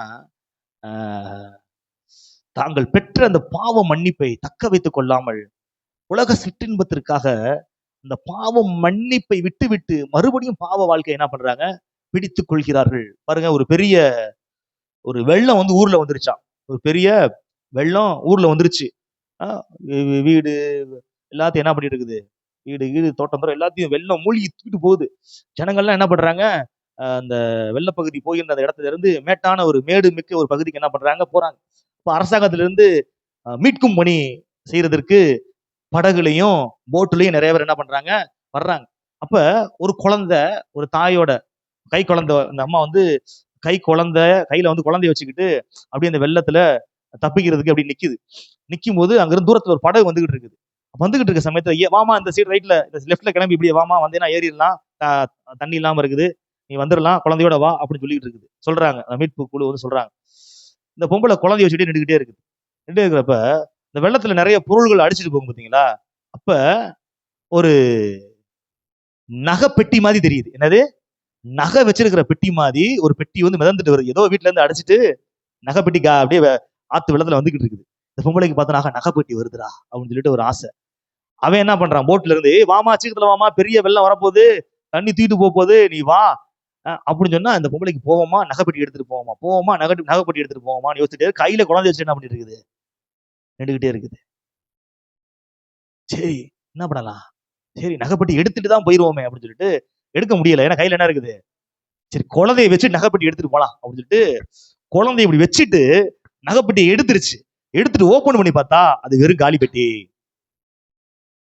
வெறும் காலிப்பட்டியா போச்சுன்னு சொல்லிட்டு நகைப்பெட்டி காலியான நகைப்பெட்டி தூக்கி போட்டுட்டு திரும்பி பார்க்குது, குழந்தை என்ன பண்ணிருச்சா, வெள்ளம் தூக்கிட்டு போயிருச்சு. அவளுக்கு ஒரே அதிர்ச்சி, ஐயோ இந்த மாதிரி சொல்லிட்டு பார்த்தா இப்ப இவளே என்ன பண்ணிருச்சு, வெள்ளம் வந்து அடிச்சுட்டு தூக்கிட்டு போயிருச்சு. பாருங்க, இன்னைக்கு அநேகர் பெற்றுக்கொண்ட அந்த பாவ மன்னிப்பை, பெற்றுக்கொண்ட அந்த ரட்சிப்பை அப்படியே இறக்கி வச்சுட்டு, எனக்கு இந்த உலக சிற்றின்மை தான் வேணும், இந்த உலக பாவம் தான் வேணும், இந்த உலக பாவ சந்தோஷம் தான் வேணும் அப்படின்னு சொல்லிட்டு போறதுனாலதான் அநேக ரட்சிப்பை இழந்து நாசமா போறாங்க. பாவத்தை மன்னிக்க கூடிய அதிகாரம் கர்த்தராகிய இயேசு கிறிஸ்துவுக்கு இருக்கின்றது. நீங்கள் எப்படிப்பட்ட பாவம் செய்தாலும் அவர் மன்னிப்பார். ஆனால் மன்னிப்பார் என்பதற்காக திரும்பி நாயானது தான் கக்கினதை திரும்ப தின்னும், பன்னியானது மறுபடியும் போய் சேற்றிட புரளும் என்பது போல வாழ்க்கை வாழாமல் ஒரு வேறு பிரிக்கப்பட்ட ஜீவியம் நாம் வாழ வேண்டும். அதை கர்த்தர் எதிர்பார்க்கின்றார். அவர் பாவத்தை மன்னிக்கக்கூடிய அதிகாரம் கொண்டவராக இருக்கின்றார். பாருங்க, இந்த கானா ஒரு கல்யாண வீட்டுல இயேசு ஒரு முதல் அற்புதம் செய்யறாரு. என்ன அற்புதம் செய்யறாரு? சத்தமா சொல்லுங்க. தண்ணீரை திராட்சரசமாக மாற்றுகின்றார். அப்ப அந்த தண்ணீரை திராட்சரசமா மாத்துவதற்கு அவர் பயன்படுத்தின காரியங்கள்லாம் பார்க்கும்போது என்ன அப்படின்னா, கற்சாடி இருந்துச்சு. எத்தனை கற்சாடி? 6 கற்சாடி இருந்துச்சு. அந்த 6 கற்சாடி எதற்காக வைக்கப்பட்டது அப்படின்னா, எதுக்காக வைக்கப்பட்டது சொல்லுங்க. இப்ப நீங்க வந்து வீட்டுக்குள்ள வர்றீங்க அப்படின்னா என்ன பண்ணணும் அப்படின்னா, அந்த கற்சாடியில இருக்கிற தண்ணியை வந்து காலை கழுவிட்டு உள்ள வரணும். அப்படித்தான், சரிங்களா? அந்த தண்ணிய இயேசு என்னவா மாத்துறாரு? திராட்சரசமா மாத்துறாரு. திராட்சரசமா மாத்துறாரு. இப்ப காலு கழுவுற தண்ணி என்னது? வேஸ்ட். காலு கழுவுற தண்ணி என்னது? வேஸ்ட். காலை கழுவிட்டு அப்படியே விட்டுறணும், அவ்வளவுதான், போயிடும், அது வேஸ்ட். இப்ப அவர் திராட்சரசமா மாத்தின பிறகு இப்ப கால்ல ஊத்துற தண்ணி இப்ப எங்க போகுது? வாய்க்குள்ள போகுது. வேஸ்டா இருந்தது இப்ப டேஸ்டா மாறிடுச்சு. பாருங்க, வேஸ்டா இருந்த நம்ம லைஃப கர்த்தராகிய இயேசு கிறிஸ்து டேஸ்டா மாத்திருக்கிறாரு. டேஸ்டா மாத்தின பிறகு மறுபடியும் நம்ம என்ன பண்ணக்கூடாது? வேஸ்டா போகக்கூடாது. பந்தியில இருக்கணும், பாதத்துல இருக்கக்கூடாது, பாதம் கழுவுற இடத்துல இருக்கக்கூடாது, வேஸ்டான இடத்துல இருக்கக்கூடாது. கர்த்தர் நம்மளை மாத்தி இருக்கிறார். இயேசு கிறிஸ்துவுக்கு வியாதியை சுகமாக்கும் வல்லமை உண்டு. எடுத்து வாசிங்க, லூக்கா 4ஆம் அதிகாரம் 38, 39 ஆகிய வசனங்களை வாசிங்க. பின்பு அவர் ஜெப ஆலயத்தை விட்டு புறப்பட்டு சீமோன் வீட்டில் பிரவேசித்தார். சீமோனுடைய மாமி கடும் ஜுரமாய் கிடந்தாள். கடும் ஜுரம்னா கடும் காய்ச்சலால் கிடந்தாள். அவளுக்காக அவரை வேண்டிக் கொண்டார்கள். அவளுக்காக அவரை வேண்டிக் கொண்டார்கள். அவர் அவளிடத்தில் குனிந்து நின்று ம். ஜுரம் நீங்கும்படி கட்டளையிட்டார். ஜுரம் நீங்கும்படி. நம்மளுக்கு எல்லாம் காய்ச்சல் வச்சா என்ன பண்ணுவோம்? மாத்திரை சாப்பிடுவோம். டாக்டர்கிட்ட போனா டாக்டர் என்ன பண்ணுவாரு? ஊசி போடுவாரு. இவர் என்ன செய்யறாருன்னா, ஜுரம் காய்ச்சல் நீங்கு அப்படின்றார். உடனே என்ன பண்ணிடுது? காய்ச்சல் சர்ன்னு. வியாதியை சுகமாக்கக்கூடிய வல்லமை படைத்தவர் கர்த்தராகிய இயேசு கிறிஸ்து. எப்படிப்பட்ட வியாதியாக இருந்தாலும் அவரால் சுகமாக்க முடியும், அவரால் குணமாக்க முடியும். அவரால் குணமாக்க முடியாது என்று சொல்லத்தக்க ஒரு வியாதி இந்த உலகத்துல கிடையவே கிடையாது. எல்லா வியாதியும் அவரால் சுகமாக்க முடியும், சுகமாக்க முடியும். பாருங்க, 100க்கு அதிபதி சொல்றான், ஒரு வார்த்தை மாத்திரம் சொல்லும், ஒரு வார்த்தை மாத்திரம் சொல்லும், என்னுடைய வேலைக்காரன் சுஸ்பமாவான். பாருங்க, கிட்டத்தட்ட ஒரு நபருக்கு 38 வருடமாக பலவீனம், 38 வருடமாக வியாதி, 38 வருஷமா இருந்த வியாதியை இயேசு என்ன பண்றாரு? சுகமாக்குகிறார். இன்னொரு பெண்ணுக்கு எத்தனை வருஷம் பெரும்பாடு? 12 வருடம், 12 வருஷமா உதிரப்போக்கு. இயேசு சுகமாக்கி விடுதலையை கொடுக்கின்றார். உதிரத்தின் ஊரல் நின்று விட்டது. அடுத்து இன்னொரு பெண்ணுக்கு 18 வருஷமாக கூன் என்கிற அந்த வியாதி, லாங் டேர்ம் டிசீஸ். 38 வருஷம், 12 வருஷம், 18 வருஷம், இப்படி பல ஆண்டுகளாக இருக்கக்கூடிய அந்த வியாதிகளை இயேசு என்ன பண்ணாரு? அப்படின்றதுக்குள்ள சுகமாக்குனார். அப்படின்றதுக்குள்ள சுகமாக்குனார். அது மட்டும் கிடையாது, பிறவியில இருந்தே கண்ணு தெரியாதவங்க, பிறவியில இருந்தே காது கேட்காதவங்க, பிறவியில இருந்தே பேச முடியாதவங்களை இயேசு என்ன பண்ணாரு? சொடக்கு போறதுக்குள்ள சுகமாக்கி அவங்கள பேச வச்சார், கேட்க வச்சார், பார்க்க வச்சார். ஊனர்கள், முட்டவர்கள், நடக்க முடியாதவங்க, குஷ்டரோகிகள் எல்லாத்தையும் கர்த்தர் சுகமாக்கினார். இயேசு சுகமாக்கினார். ஏன்னா அவர் வியாதிகளை குணமாக்கக்கூடிய அதிகாரம் கொண்டவர், வியாதிகளை குணமாக்கக்கூடிய அதிகாரம் கொண்டவர். பாருங்க, ஏன்னா அவருக்கு தான், நீங்க நான் சொன்னல, இப்ப காய்ச்சல் என்ன செய்ய, காய்ச்சல் அப்படின்னா நம்ம என்ன பண்ணுவோம்? பேராசிட்டமல் போடுவோம். காய்ச்சல் தலைவலினா தைலத்தை தடவுவோம். அப்படிதான் என்னன்னு நம்மளுக்கு வயிறு வலிக்குது அப்படின்னா என்ன பண்ணுவோம்? சொல்லுங்க, என்ன பண்ணுவீங்க? வயிறு வலிக்குதுன்னா ஓம வாட்டர் குடிப்பாங்க சிஸ்டர். கவனிங்க, ஓம வாட்டர் குடிப்போம். ஒருத்தவங்க ஒரு மாதிரி ஜெலுசல் குடிப்பாங்க, ஓம வாட்டர் குடிப்பாங்க. ஒரு சிலர் என்ன பண்ணுவாங்க? வெந்தயம் சாப்பிடுவாங்க. ரைட்டு. இது ஒரு நிவாரணத்தை ஏற்படுத்தக்கூடியதாக இருக்கும். ஆனா குணமாக்கக்கூடியது கர்த்தராகிய இயேசு கிறிஸ்து மாத்திரம்தான். ஏன்னா அவர் அந்த பிரச்சனையோடைய அந்த ரூட், அந்த வேரே என்ன பண்ணிடுவாரு? பிடுங்கி விடுவார். ஒரு தோட்டம் இருந்துச்சான். இந்த தோட்டத்துல ஒரு பெரிய மரம் நல்லா காய் காக்க ஆரம்பிச்சிச்சு. நல்லா காய்த்து கொண்டிருக்கின்ற சமயத்திலே திடீர்னு அந்த மரத்துக்கு ஒரு வியாதி. திடீர்னு பார்த்தா இலையெல்லாம் உதிருது, காயெல்லாம் ஒரு மாதிரி சூம்பி போகுது, காயெல்லாம் சூம்பி போகுது, மரத்தோட பட்டையெல்லாம் ஒரு மாதிரி உதிர ஆரம்பிக்குது. உடனே என்ன பண்றாங்க? அந்த தோட்டத்துக்காரவங்க என்ன பண்றாங்க? அந்த பழம் சுருங்கிருச்சுல, சுருங்கின பழத்து மேல என்ன பண்றாங்க? மருந்து அடிக்கிறாங்க. அப்புறம் பட்டையெல்லாம் உதிருது இல்ல மரத்துல இருந்து, அதுக்கு மேல என்ன பண்றாங்க? பூச்சி மருந்த தூவுறாங்க. இலையெல்லாம் உதிருது இல்ல, அதுக்கு மேல என்ன பண்றாங்க? ஏதோ மருந்து கலந்து தண்ணி எல்லாம் என்ன பண்றாங்க? அடிச்சு விடுறாங்க. ஒண்ணு வேலைக்கு ஆகல, அப்படியே தான் இருக்குது. அந்த தோட்டத்தோட எஜமான் வர்றாரு. அந்த தோட்டத்தோட எஜமான் வர்றாரு, இப்படி பாக்குறாரு, என்ன இப்படி இருக்குன்னு சொல்லிட்டு விறுவிறுன்னு இந்த மரத்தை என்ன பண்றாரு? அடியில தோன்றாரு, குழிய தோன்றாரு. குழிய தோண்டிட்டு அவர் ஏதோ மருந்து வச்சிருக்காரு. அந்த மருந்து எடுத்து அந்த மரத்தோட வேறு பகுதியில் என்ன பண்றாரு? தடவி மண்ணை போட்டு மூடிட்டாரு. ஒரு 15 நாளுக்கு அப்புறம் பார்த்தா மரம் அழகா சூப்பரா செழிப்பா மாறிடுச்சு. காயெல்லாம் நல்லா காய்க்க ஆரம்பிச்சிருச்சு, இலையெல்லாம் உதிரதெல்லாம் நின்றுச்சு, மரப்பட்டையெல்லாம் உதிரதெல்லாம் நின்றுச்சு.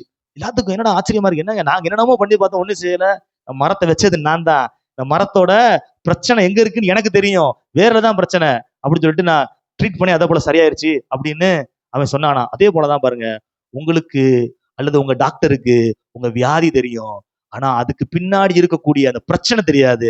அந்த பிரச்சனையை அறிந்து சுகமாக்கக்கூடியவர் கர்த்தராகிய இயேசு கிறிஸ்து.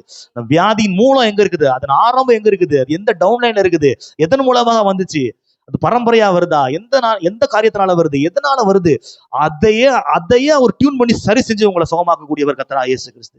ஒரு சிலர் சொல்லுவாங்க பாருங்க, உங்க தாத்தாவுக்கும் இதே போலதான் இருந்துச்சு, உங்க அப்பாவுக்கும் இதே போலதான் இருந்துச்சு, உங்க பையனுக்கும் அப்படிதான் இருக்குது, அப்படிதான் இருக்கும், இருக்க போறது கிடையாது. ஏன்னா வேறையே அவர் மாத்திருவாரு, உன் ஜெனட்டிக்கே மாத்திருவாரு, உன் டிஎன்ஏவே அவர் மாத்திருவாரு. கரங்களை தட்டி கர்த்தரை மகிமைப்படுத்துவோம். உன் டிஎன்ஏவே அவர் மாத்திருவாரு, ரத்த மூலக்குறைய அவர் மாத்திருவாரு.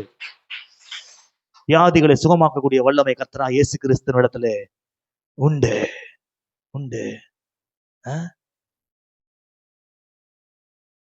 பாருங்க, நான் ஆரம்பத்துல, ஊழியத்தின் ஆரம்பத்துல இருக்கும் பொழுது ஒரு சிறு பெண்ணுக்கு 2 வயது தான். அந்த பொண்ணுக்கு வயிறு வலி ரொம்ப பயங்கரமா வலிச்சுக்கிட்டே இருந்துச்சு.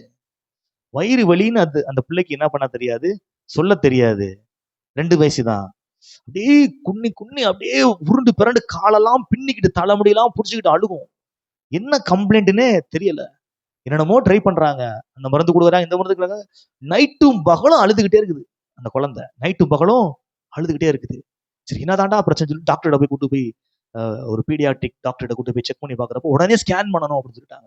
உடனே ஸ்கேன் பண்ணா பார்த்துட்டாங்க, ரிப்போர்ட் பார்த்துட்டாங்க. ரிப்போர்ட்ல என்ன இருக்குதுன்னா, அந்த குழந்தைக்கு வந்து குடல் வந்து ஒன்றோடு ஒன்று ஒட்டி பிணைந்து ஒரு ப்ராப்ளம் ஆயிடுச்சு. அதனாலதான் இந்த பிள்ளைக்கு இப்படி வலி வருது. உடனே என்ன பண்ணணும், இம்மிடியேட்டா சர்ஜரி பண்ணணும், இல்லாட்டினா குடல் வீங்கி வெடிச்சிடும், ஏதாச்சும் கம்ப்ளைண்ட் ஆகும், உடனே சர்ஜரி பண்ணணும், நாளைக்கே சர்ஜரி பண்ணணும் அப்படின்னு சொல்லிட்டாங்க. எப்படி இருக்கும்? 2 வயசு பிள்ளைக்கு நல்லாதான் இருந்துச்சு, திடீர்னு ஒரு பிரச்சனை, ஏதோ சாதாரண அப்படின்னா திடீர்னு மேஜர் கம்ப்ளைண்ட் ஆகி போச்சு. இப்ப என்ன சரியும் தெரியல, குடும்பமே அழுதுகிட்டு இருக்கிறாங்க. அந்த நிலையில எனக்கு ஆவியானவர் உணர்த்தினாரு, நீ போய் ஜெபம் பண்ணு அப்படின்னு சொல்லும் பொழுது, நான் எண்ணெயை எடுத்து அந்த பிள்ளையோட வயிற்றுல தடவி நெத்தியில எண்ணெயை வச்சு ஜெபம் பண்ணி தலையில கை வச்சு, ஏசப்பா அந்த பொண்ணுக்கு பூரணமான சுகத்தை கொடுங்க, இந்த வயிற்றுல இருக்கிற பிரச்சனை கம்ப்ளீட்டா சரியாயிரணும் அப்படின்னு சொல்லிட்டு நான் என்ன பண்ணேன், ஜெபம் பண்ணேன். ஆனா வலிச்சுக்கிட்டே தான் இருந்துச்சு. கொஞ்ச நேரம் கழிச்சு அந்த பிள்ளைய அனுப்பிவிட்டு நான் நைட்டு ஃபுல்லும் ஜெபம் பண்ணேன். நான் தூங்கல, நான் நைட்டு ஃபுல்லு ஜெபம் பண்ணிட்டே இருந்தேன். ஆண்டவரே, இந்த பொண்ணுக்கு பாப்பாக்கு விடுதலை கொடுங்க ஆண்டவரே, சுகத்தை கொடுங்க ஏசப்பா, நான் என்ன வச்சு ஜெபிச்சிருக்கிறேன், ஒரு அற்புதத்தை செய்யுங்க ஏசப்பா. ஜெபிச்சுக்கிட்டே இருந்தேன். அன்னைக்கு நைட்டு பாப்பா என்ன பண்ணிடுச்சு, நிம்மதியா தூங்கிருச்சு. கிட்டத்தட்ட 10 நாளா என்ன பண்ணல, சரியா தூங்கவே இல்லை, நல்லா தூங்கிருச்சு. தூங்கி எந்திரிச்சா காலையில என்னது, ஆப்ரேஷன். தூங்கி எந்திரிச்ச உடனே காலையில என்னது, ஆப்ரேஷன். என்ன செய்யறதுன்னே தெரியல. அப்ப அவன் ஆப்ரேஷன் பண்றதுக்கு டாக்டர்கிட்ட கூட்டிட்டு போறதுக்கு முன்னாடி நான் ஒண்ணு சொன்னேன், நேத்து நான் ஜெபம் பண்ணேன், இது வரைக்கும் தூங்காத பிள்ளை நல்லா தூங்கிருச்சு, ஒருவேளை ஏசப்பா சோகம் கொடுத்துருப்பாரு, நான் விசுவாசிக்கிறேன், ஜஸ்ட் ஒரு ஸ்கேன் பண்ணி எடுத்துட்டு வாங்க, ஸ்கேன் பண்ணி பாருங்க அப்படின்னு சொன்னதுக்கு, சரி அவங்களுக்கும் ஆப்ரேஷன் பண்றதுக்கு மனசு இல்லை, சரி காசு செலவானா பரவாயில்ல போய் ஸ்கேன் பண்ணி பார்ப்போம்னு சொல்லிட்டு ஸ்கேன் பண்றதுக்கு டாக்டர்கிட்ட போறாங்க. அதே ஸ்கேன் சென்டருக்கு போறாங்க. அவங்க ரிப்போர்ட்டை பார்த்துட்டு, நேத்தானே எடுத்துட்டு போனீங்க, இன்னும் மறுபடியும் எடுக்க வர்றீங்க, பண்ண மாட்டோம்ட்டாங்க. அது எப்படி ஒரே நாள்ல, அதெல்லாம் பண்ண முடியாது, அந்த அப்படியே தான் இருக்கும். சர்ஜரி பண்ணணும்னு சொல்லிக்கிறாங்க, நீங்க என்ன எப்படி பண்ணிட்டு இருக்கீங்க, இல்ல தயவு செஞ்சு எடுங்க கெஞ்சி ரெக்வஸ்ட் பண்ண கேட்கல. அப்ப அங்க வேலை பார்க்குற ஒருத்தவங்க சப்போர்ட் பண்ணதுனால இப்ப செக் பண்றாங்க. சரி நம்ம வந்து இப்ப ஸ்கேன் பண்ணலாம்னு சொல்லிட்டு ஸ்கேனுக்கு அந்த பிள்ளையை கொடுத்து இப்ப அப்படியே வயிற்றுல வச்சு பார்க்கும்போது ஒட்டி இருந்த குடல் இப்ப நேரம் ஆயிருச்சு. அந்த ஸ்கேன் பண்ண டாக்டருக்கே ஒரே ஆச்சரியம், என்னடா அந்த ஸ்கேன் ரிப்போர்ட் அந்த டாக்டர் அனுப்புறாங்க, இந்த டாக்டர் அனுப்புறாங்க, ஒரு ஸ்கேன் சரியா எடுக்கலையா, எல்லாம் சரியா தான் எடுத்திருக்கு, என்னமோ நடந்திருக்குது, என்ன நடந்துச்சு, என்ன பண்ணீங்க நைட்டு, சாயந்தரம் எடுத்துட்டு போறோம், நைட்டு இந்த மாதிரி ஆச்சுன்னா, ஒண்ணும் இல்ல தெரியல, ஜெபம் பண்ணாங்க. ஓ அப்படின்னு சொல்லி டாக்டர் சொன்னாரா?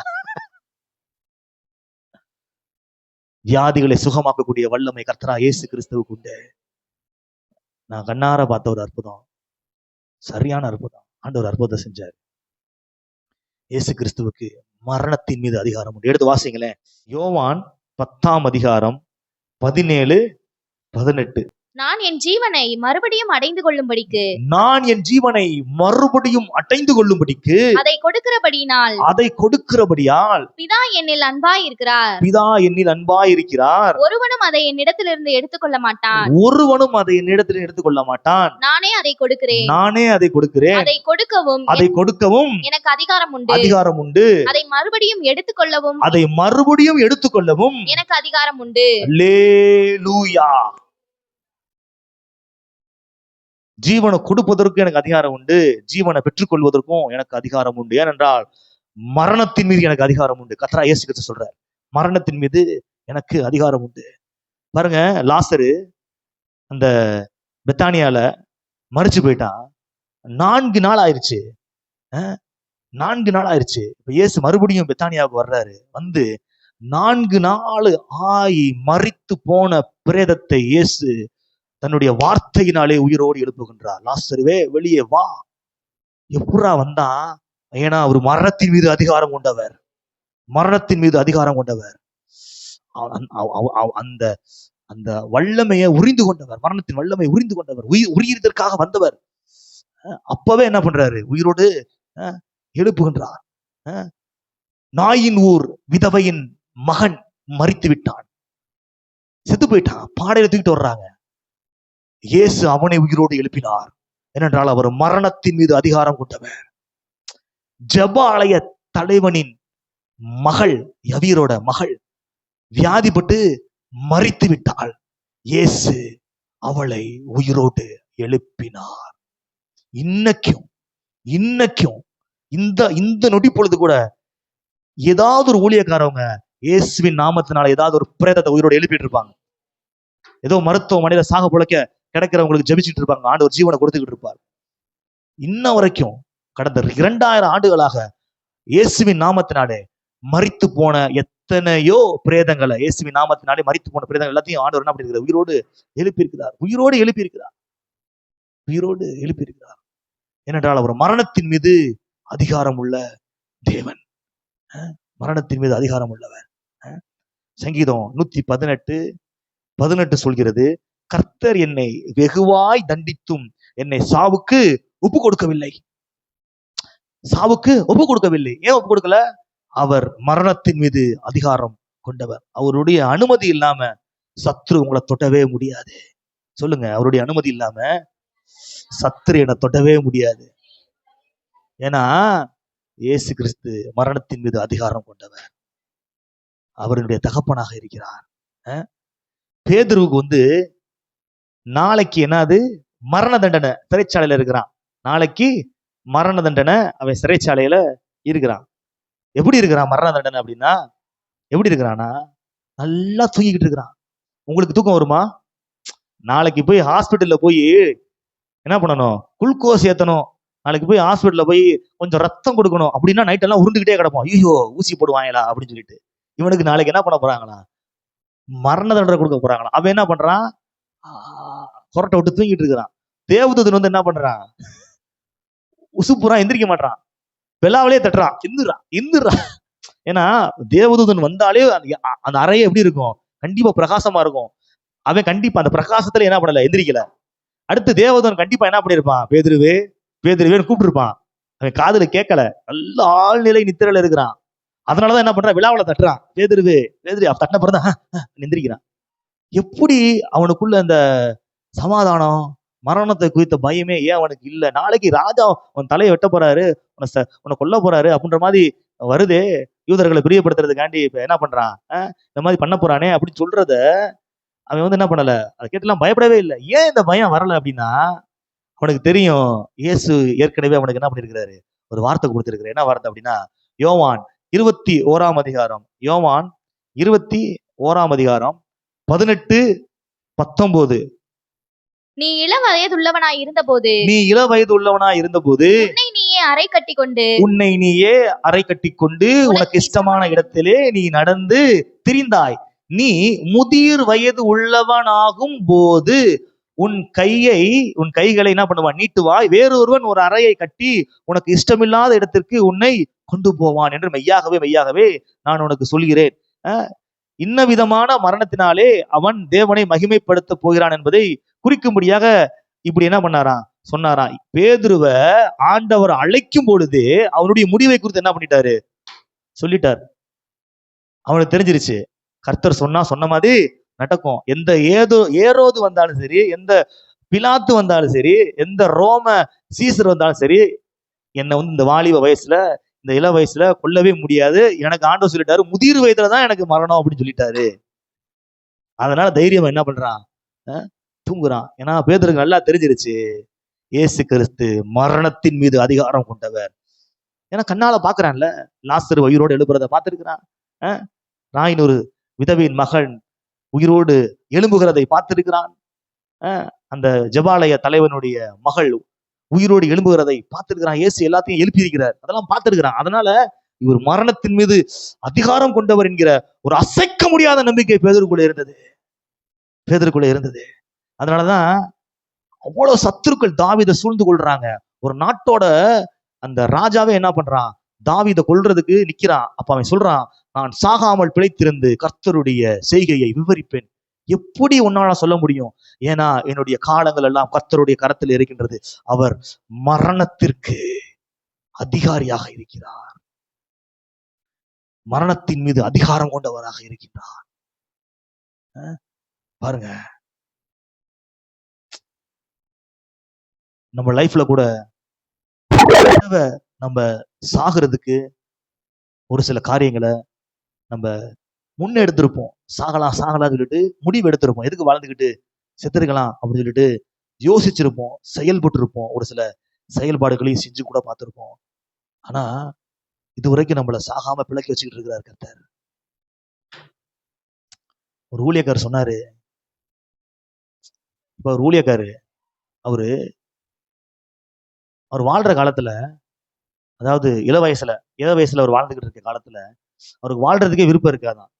அதனால சாகணுன்றதுக்காண்டி என்ன பண்ணுவாரா, சும்மா அடிபட்டு வலியோட சாகக்கூடாது, குடிச்சு என்ன பண்ணிடலாம் செத்துலாம் சொல்லிட்டு நல்லா குடிப்பாராம். எப்படியாச்சும் குடிச்சு செத்துலாம் சொல்லிட்டு குடிச்சு போதை தலைக்கேறி சாவு சித்தரலாம் ட்ரை பண்ணிருக்கிறார். அதோட கூட மருந்து என்னென்ன கலந்துதான் குடிச்சிருக்காரு. அப்படியே அன்கான்சியஸ் ஆகி கோமா ஸ்டேஜ்ல போய் எப்படி செத்துடலாம். அவரோட பூச்சி மருந்தெல்லாம் ஊத்துனாராம். பூச்சி மருந்தெல்லாம் ஊத்தி என்ன பண்ணாராம், லிகரோட ஊத்தி கலந்து குடிச்சிருக்கிறார். கண்ணை முடிச்சு பாக்குறா, உயிரோட இருக்கிறாரா, ஒண்ணுமே ஆகல. ஏன்? நடு ரோட்ல படுத்து கிடப்பாராம். லாரி வந்து நம்மளை ஏத்திட்டு போட்டோம், ஒரே ஏத்தா. லாரி என்ன பண்ணுவோம், விலகி போகுமா, அந்த பக்கத்துல படுத்திருக்கிற நாய் ஏத்திட்டு போயிருமா, நாய் செத்து கிடக்குமா, அதே பக்கத்துல படுத்துட்டு போறான், இவருக்கு ஒண்ணும் ஆகாம இருக்குமா. அவருக்கு ஒண்ணுமே புரியல. இப்ப சொல்றாரு, நான் ஏன் சாகாம அன்னைக்கு பிழைச்சிருந்தேன் அப்படின்னா, கர்த்தர் அநேகரை வாழ வைப்பதற்காக கர்த்தர் என்னை பிழைக்க வச்சிருக்கிறாரு, கர்த்தருடைய ஊழியத்தை செய்வதற்காக என்னை பிழைக்க வச்சிருக்கிறாரு. என்னென்னமோ முயற்சி பண்ணி ஒண்ணுமே நடக்கவே இல்லை. ஏன்னா மரணத்தின் மீது அதிகாரம் கொண்டவர் கர்த்தராகிய இயேசு கிறிஸ்து. அவருடைய அனுமதி இல்லாமல் ஒரு சத்துரு உங்க ஜீவனை என்ன பண்ண முடியாது, தொட்டவே முடியாது. யோபு கூட பெர்மிஷன் கேட்கிறான். ஆண்டவர் என்ன சொல்றாரு, ஜீவன் யார்கிட்ட இருக்குது, கர்த்தர்கிட்ட தான் இருக்குது. பாருங்க, ஒரு நாட்டுல ஒரு பாதுகாப்பான ஒரு சிறைச்சாலை, பெரிய ஒரு சிறைச்சாலை. அதுக்குள்ள யாரு போனாலும் வெளியில தப்பிச்சு என்ன பண்ண முடியாது, வரவே முடியாது. அது மிகவும் பலமாகவும் உறுதியாகவும் கட்டப்பட்டிருக்குது அந்த சிறைச்சாலை. அந்த கதவை யாராலும் உடைக்கவே முடியாது. உள்ள இருந்து உடைச்சிட்டு வெளியில வர முடியாது, வெளியில இருந்து உடைச்சிட்டு யாரும் உள்ள போக முடியாது. அந்த அளவுக்கு ஒரு பயங்கர கடினமா பலமா அந்த சிறைச்சாலைய கட்டி வச்சிருக்கிறாங்க. சரிங்களா? அந்த சிறைச்சாலை ஒரு தடவை யதார்த்தமா திறந்து ஒரு சில காரியங்களை பண்ணிக்கிட்டு இருக்கிறப்ப ஒரு வாலிபன் என்ன பண்ணிட்டா, தெரியாம உள்ள போயிட்டான். அந்த வாலிபன் உள்ள இருக்கிறது தெரியாம என்ன பண்ணிட்டாங்க, க்ளோஸ் பண்ணிட்டாங்க. இப்ப உள்ள இருந்தவன் தட்டுறான், என்ன பண்ண முடியல, உடைக்கிறதுக்கு ட்ரை பண்றான். அது எப்படியாச்சும் டேமேஜ் பண்ணிட்டு வெளியில வந்து ட்ரை பண்றான், முடியல. அடுத்து வெளியில இருந்து ஒரு சில வல்லுநர்கள், ஆசாரிகள், ஒரு சில ஆட்கள்லாம் வந்து அதை என்னென்னமோ கலட்டி மாட்டி என்னென்னமோ பண்ணி பாக்குறாங்க, முடியவே இல்ல. உள்ள மாட்டினதுதான். இவங்க உள்ள இருக்கிறவனால வெளியே வர முடியல, வெளியே இருக்கிறவங்க உடச்சிட்டு உள்ள இருக்கிறவனை மீட்கவும் முடியல. அப்படிப்பட்ட நிலைமையில அப்படி சிக்கி தவிச்சுக்கிட்டு இருக்கிறான். அந்த சமயத்துல ராஜா அந்த சைடு வர்றாரு. அவர் வந்து இப்படி பாக்குறாரு. பார்த்துட்டு அவருடைய பையில வச்சிருக்கிற சாவி எடுத்து விறுவிறுன்னு என்ன பண்றாரு, அப்படி திறந்து என்ன பண்றாரு, ஓபன் பண்ணிட்டாரு, வெளியில வந்துட்டான். எல்லாரும் ஒரே அதிர்ச்சி. என்னடா, நம்ம எவ்வளவோ பலமாக ஒரு சில காரியங்களை முயற்சி பண்ணாலும் ஒண்ணுமே நடக்கவே இல்லை, ஒரு சாதாரண சாவி வச்சு திறந்துட்டாரு அப்படின்னும் போது, இந்த கதவை திறப்பதற்கான சாவி என்கிட்ட மட்டும்தான் இருக்கு, என்ன தவிர வேற யாராலும் என்ன பண்ண முடியாது, இந்த கதவை திறக்கவே முடியாது, நான் தான் அதிகாரம் படைத்தவன் அப்படின்னு அந்த ராஜா சொன்னானா பாருங்க. அதான் வெளிப்படுத்தல நீங்க படிச்சு பாத்தீங்கன்னா வசனம் இருக்கும், மரித்தேன், ஏன் சொல்றாரு மரித்தேன், ஆனாலும் இதோ சதா காலங்களிலும் உயிரோடு இருக்கிறேன், ஆமென், நான் மரணத்திற்கும் பாதாளத்திற்கும் உரிய திறவுகோலை உடையவராய் இருக்கிறேன். அவர்கிட்ட தான் அந்த சாவி. எந்த மனுஷனையும் மரணத்துக்குள்ளிருந்து வெளியில கொண்டு வரவே முடியாது. மரணத்துக்குள்ளிருந்து கொண்டு வருகின்ற ஒரே திறவுகளை உடையவர் கர்த்தராகிய இயேசு கிறிஸ்து மாத்திரம். கரங்களை தட்டி நான் சொல்றேன், கவனிங்க, ஒரு சில பேர் சொல்லுவாங்க, இந்த வியாதி வந்தா செத்து போயிருவாங்க, இந்த வியாதி வந்தா அவ்வளவுதான் முடிஞ்சு போச்சு, இந்த வியாதியில பிழைக்கவே மாட்டாங்க, டாக்டர் சொல்லிட்டாங்க, மெடிக்கல் ரிப்போர்ட் சொல்லுது, இதே போலதான் அவங்களும் செத்தாங்க, அதே போலதான் இவங்களுக்கும் வந்திருக்குது, இவங்களுக்கும் அதே போலதான் ஆகும் அப்படின்னு சொல்லிட்டு ஏதாவது காரியத்தை குறித்து நீங்க மனசு உடைஞ்சி நீங்க இந்த மரணத்தை குறித்து, உங்களுடைய மரணத்தை குறித்தோ அல்லது உங்களுக்கு உங்களுடைய சொந்தக்காரங்களோ நீங்க நேசிக்கிறவங்கள இந்த மரணத்தை குறித்தோ நீங்க பயந்துகிட்டு இருக்கிறீங்களா? நான் சொல்றேன், அந்த மரணத்திலிருந்து விடுதலையாக்கி வாழ்வளிக்கக்கூடிய ஒரு வல்லவர் இருக்கின்றார். அவர் பெயர் கர்த்தராகிய இயேசு கிறிஸ்து. இயேசு கிறிஸ்து. இதோ நான் மரித்தேன், சதா காலம் உயிரோடு இருக்கிறேன், மரணத்திற்கும் பாதாளத்திற்கும் உரிய திறவுகோலை உடையவராய் நான் இருக்கின்றேன். உடையவராக நான் இருக்கின்றேன். பாருங்க, வசனம் சொல்லுது, எடுத்து வாசிங்க. யோவான் 17ஆம் அதிகாரம், யோவான் 17ஆம் அதிகாரம் 2வது வசனத்தை வாசிங்க. பிதாவே, வேலை வந்தது, நீர் உம்முடைய குமாரனுக்கு தந்தருளின யாவருக்கும் அவர் நித்திய ஜீவனை கொடுக்கும் பொருட்டு மாம்சமான யாவர் மேலும் நீர் அவருக்கு அதிகாரம் கொடுத்தபடியே உம்முடைய குமாரன் உம்மை மகிமைப்படுத்தும்படிக்கு நீர் உம்முடைய குமாரனை மகிமைப்படுத்தும். அல்லேலூயா. குமாரன் நித்திய ஜீவனை கொடுக்கும் அதிகாரம் உடையவர். அல்லேலூயா. ஆண்டவர் சொல்றாரு யோவான் 10ஆம் அதிகாரம் 27, 28ல, என் நாடுகள் என் சத்தத்துக்கு செவி கொடுக்கிறது, நானும் அவைகளை அறிந்திருக்கிறேன், அவைகள் எனக்கு பின் செல்கிறது, நான் அவைகளுக்கு நித்திய ஜீவனை கொடுக்கிறேன், அவைகள் ஒரு காலம் கெட்டு போவது இல்லை, ஒருவனும் அவைகளை என் கையில் இருந்து பறித்து கொள்வதும் இல்லை. நித்திய ஜீவனை கொடுக்கும் அதிகாரம் கர்த்தராகிய இயேசு கிறிஸ்துவுக்கு மாத்திரமே இருக்கிறது. நித்திய ஜீவனை என்ன சொல்லுங்க, சொல்லுங்க. மோட்சம் மோட்சம் மோட்சம்னு சொல்றாங்கல்ல, சொர்க்கம், சொர்க்க வாழ்வுன்னு சொல்றாங்கல்ல, அதுக்கு பிறகு என்னது? நித்திய ஜீவன். உலக நடைமுறையின் வார்த்தை மோட்சம், சொர்க்கம் அப்படின்னு சொல்லிட்டு என்ன பண்ணுவாங்க, சொல்லுவாங்க. அதை கொடுக்கக்கூடிய அதிகாரம் கர்த்தராகிய இயேசு கிறிஸ்துவுக்கு மாத்திரம் தான் இருக்குது. என்னை அல்லாமல் ஒருவனும் பிதாவின் இடத்திற்கு வரான். என்னை அல்லாமல் ஒருவனும் பிதா இருக்கக்கூடிய அந்த பரலோகத்திற்கு வரவே முடியாது. அவர்தான் வழி, அவர்தான் சத்தியம், அவர்தான் நித்தியம். பாருங்க, ஒரு ராஜா தன்னுடைய அரண்மனையிலே பெரிய விருந்த ஒண்ணு ஏற்பாடு செய்யறான். அரண்மனையை சுற்றி கிட்டத்தட்ட ஆயிரக்கணக்கான ஜனங்கள் என்ன பண்றாங்க, நிக்கிறாங்க. அப்ப ஒரு சில ஆட்கள் காவலாளி இடத்துல போய், அரண்மனை காவலாளி இடத்துல போய், நாங்க இந்த உலகத்துல நாங்க இந்த நாட்டுல ரொம்ப செல்வ சீமான்கள், நாங்க ஜமீன்தார், நாங்க மிராஸ்தார், நாங்க இந்த அளவுக்கு நாங்க செல்வமா இருக்கிறோம், பணக்காரங்களா இருக்கிறோம், எங்களை உள்ள அனுமதி, நாங்க உள்ள போறோம் ராஜா வீட்டு விருந்துக்கு, அரண்மனைக்குள்ள அனுமதி அப்படின்னு சொல்லும்போது அனுமதி மறுக்கப்பட்டது, கொடுக்கல. அடுத்து அந்த நாட்டிலேயே நல்ல ஞானவான், அறிவாளி, நல்ல திறமைசாலிகள், நல்ல வல்லுநர்கள், அவங்க எல்லாம் மருத்துவர்கள், பொறியியலாளர்கள், அவங்க எல்லாம் வர்றாங்க, எங்களை உள்ள அனுமதி, நாங்க அந்த விருந்துக்கு போறோம் அப்படின்னு சொல்லிட்டு அவங்க என்ன பண்றாங்க, கேட்கிறாங்க. அதுக்கும் காவலாளிகள் என்ன பண்ணல, அனுமதி கொடுக்கவே இல்லை. ஒரு எளிய கூட்டம், ஒரு ஏழை மக்கள், சாதாரண கூட்டம் கையில ஒரு அழைப்பிதழை வைத்துக் கொண்டு அப்படியே உள்ள வர்றாங்க. காவலாளிகள் அவர்களை பார்த்த உடனே, அந்த அழைப்பிதழை பார்த்த உடனே, கதவை திறந்து விடுறாங்க, நீங்க எல்லாம் போங்க அப்படின்னு சொல்லிட்டு அவங்க எல்லாம் உள்ள போறாங்க. உடனே அந்த செல்வந்தர்களும் அந்த அறிவாளிகளும் காவலாளிகள்கிட்ட போறாங்க. எங்களை விட அவங்களுக்கு என்ன பெரிய திறமை இருக்குது, எங்களை விட அவங்களுக்கு என்ன பெரிய தகுதி இருக்குது, அவங்கள நீ உள்ள விடுற, எங்களை உள்ள விட மாட்டேற அப்படின்னு சொல்லும் பொழுது அந்த காவலாளிகள் சொன்னாங்களாம், ராஜா வீட்டு விருந்துக்கு திறமையின் அடிப்படையிலேயே அல்லது தகுதியின் அடிப்படையிலே உள்ள யாரும் வரவே முடியாது.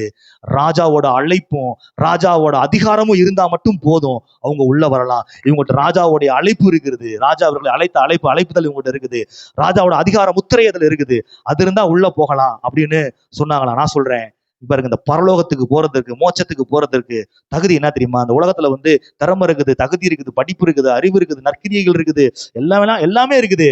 ஆனா ஆண்டவராக இயேசு கிறிஸ்து இல்ல, அவர் அப்பா பிதாவே என்று கூப்பிடக்கூடிய, பிதாவை அப்பா பிதாவே என்று கூப்பிடக்கூடிய அந்த அதிகாரம் நம்மளுக்கு இல்லை அப்படின்னா பரலோகத்துக்குள்ள போகவே முடியாது. அவருடைய நாமத்தின் மீது விசுவாசம் உள்ளவர்களாய் அவரை ஏற்றுக்கொண்டவர்கள் எத்தனை பேரோ அத்தனை பேரும் தேவனுடைய பிள்ளையாக முடியும், அவர்களுக்கு அதிகாரம் கொடுத்தார். தேவனுடைய பிள்ளை என்கிற அதிகாரம் இருந்தா மட்டும்தான் பரலோகத்துக்கு போக முடியும். தேவனுடைய பிள்ளை என்கிற அதிகாரத்தை கொடுக்கிறவர் கர்த்தராகிய இயேசு கிறிஸ்து மாத்திரம்தான்.